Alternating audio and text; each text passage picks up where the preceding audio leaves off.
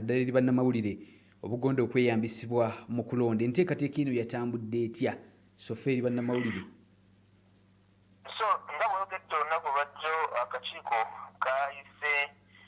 abakulembeze byonna byobufuzi ba agents ba candidates abeesimbyewo ku bwa president n'ebifo ebirala bannamawulire ab'ebibiina by'ennakyewa ba observers okubayitiramu n'okubalaga practically mu bujjuvu ngeri ki kano akuuma buno obuuma bwe tuyita biometric voter verification kits bulugenda okukozesebwa mu kalulu ke tugenda okubeera nako omwaka ogujja mu Jumaale ne Feb.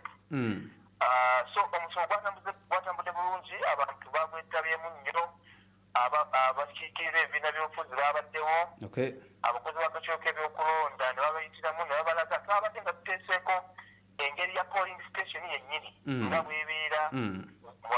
ku ground, nga tubalaga ojja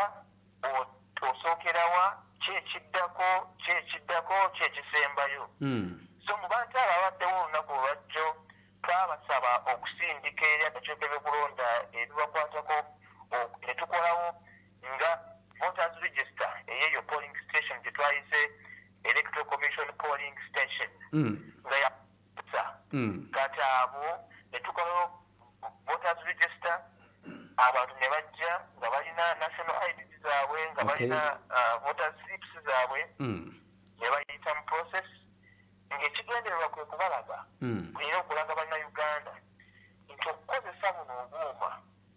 bugenda okugirawo ddala okwemulugunya kwonna okuze okubaawo, nti omuntu ayinza okujja nga tabeera ku polling station eyo ne bamuwa akakonge n'alonda, nti kigenda kubeererawo ddala. Ekyokubiri nti omuntu ayinza okujja ng'akukusa obukonge obumaze okukeberebwa n'abuteeka mu ballot box. Ayinza obuteekamu naye bw'abuteekamu mashini ejja kulaba nti buno si bwa wano era buno bufu. Kuba bw'otuuka ku polling station, ekisooka basooka okukakasa nti gwazze ku polling station eyo yegwe ali kuregisita regisita eyeebeerawo, yegwe ali kuregisita abeeteesangamuzo ebikuwewo n'ebikwatako ku bwenyi bibyo. Kati bw'ovaawo ne bakuwa obukonge busatu, aga president n'aka member of parliament direct n'ak'omukyala member of parliament, nabwo ne babuyisa mu kyuma kiba ne kikakasa nti bwawo ku polling station eyo. Kati n'obutwala n'obusuula eri mu bokisi zaabwe. Naye ng'okulonda kuwedde oluvannyuma obukonge obwo bwonna era busooka okuddamu ne bukakasibwa nti obuli mu bokisi bwebo obwabadde mu katabo ako akali ku polling station eyo. So twalagidde ddala nti bwe tuba nga tumaze okukozesa buno obuuma mu kalulu kaffe, ebiva mu kulonda bijja kuba nga byesigika nga byebyo ebyabo abalina okulondera awo. Okwemulugunya kwonna okozze kubaawo, nti waliwo ballot staffing gye bayita mu luzungu ballot staffing, nti oba okukwata obululu nga buli tikiti olwedde buli bukebebwa olwedde n'obuteeka mu bokisi, ebiva mu kulonda ne bitaleeramu kwekukakasa n'amazima agatuukiridde, ng'ekyo kijja kuba kyakunyumya, tekigenda kuddamu kuwulibwako. Tulaba ennaku zitambudde oba oli okutuuka ku lunaku olw'okulonda nga naku z'omwezi 15 omwezi ogujja. Akadde akasigaddeyo kabamala okuyisizamu abagenda okutambuza enteekateeka y'okulonda ku polling stations ez'enjawulo okubabangula mu nkozesa y'obyuma buno? Obadde akakiiko k'ebyokulonda kaamala dda okurekrutinga abakozi abagenda okukozesa buno obuuma abawerera ddala 5,000, kubanga mumanyi tulina polling station ezisukka mu 5,000 n'omusobyo. So akakiiko kaamala okubalonda era kati we tuli kababangula, kabayitiramu ngeri ki obuuma buno bugenda okukozesebwamu. Ekyokubiri, ate buli polling station kugenda kubeerako obuuma bubiri, ng'ensonga eri nti kuba guno si gwe mulundi ogusoose okukozesa buno obuuma. Twasooka okubukozesa mu mwaka gw'2016 nobubeeramu okukyankalanamu, ne tubuimpuvinga oba ne tubulongoosaamu, ne tubukozesa akalulu aka 2021 nabona okukolamu mu ngeri emu n'obwamu ebyokuyiga kati ebyokuyiga byonna byava mu 26 n'21 ebyo byonna byateekerwa mu nkola okulaba nti buno obuma kati bwe tulina n'engeri gyetubukozesaamu n'okubangula kututeekawo tewagenda kubaawo nsonga yonna ebuziiza oba ebulemesa okukola ku mulundi guno era batiriza amaanyi zikola okumala ebbanga gwanvu okusomesa kwatandise nga bukyali era bagenda kuddamu bakasomese nga olunaku terunatuuka era kati kawuufube gye tuliko webokuyita mu bakulembeze okubategeeza n'okubalaga ngeri ki obuma bwe bukola era n'olunaku olwaleero ku makya kuno saawa 4 abakozi ba kitooka ebyokulonda bagenda kubeera ku palamenti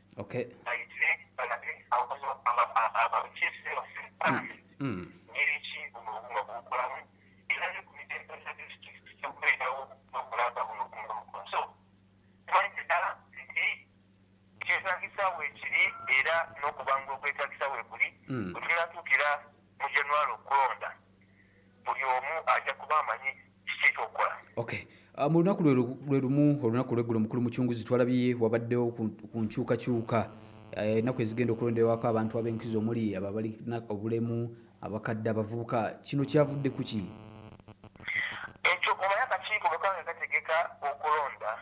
waliwo emitendera gyetambulirako okulaba obudde obwetaagisa okulaba biseera ki ebimala okulaba nti bwabaawo okwemulugunya kwonna mubeerawo n'ebiseera ebimala okukuyitamu nga mumaze okulonda so okutegeka akalulu kisinziira ku puroguramu akakiiko ebyokulonda ng'ebweba ekiraba ku puroguramu zaayo nga bwe zitegeka akasobola kukyuka ekitasobola kukyuka kwe kulaba nti ekiri mu tteeka mu article 61 akawalira 2 ekigamba nti akalulu kalina okubeerawo mu kiseera ekigereke ekiri mu mateeka ekyo kisobola kukyuka so waliwo ebiseera ebigereke ebiri mu mateeka okulonda olinaokubeera naye ennaku zo zennyini ez'okulonderako akakiiko bwe keekenneenya puroguramu kasobola okubaako enkyukakyuka gye kakola nga bwe kyakakakoze jjo era ne kabuulira abannayuganda so ekyo si kipya era ekyo kirimu kikkirizibwa mu mateeka n'afuna obuyinza obweru akakiiko ebyokulonda naye okulonda okwa president okulonda okwa member of parliament direct elected okulonda kw'omubaka omukyala akiikira district parliament tekwasuse n'ennaku endala tezakyuse okulonda okugenda okusookera ddala kujja kubeerawo ennaku z'omwezi 15 omwezi ogwa January omwaka ogujja 2026. Mu ddakiika ng'emu nga tumaliza ndaba akadde katuddukako okwonyeeko ku wali ku mbeera y'okuwulira oba oli okwemulugunya waliwo emisango egiri mu high court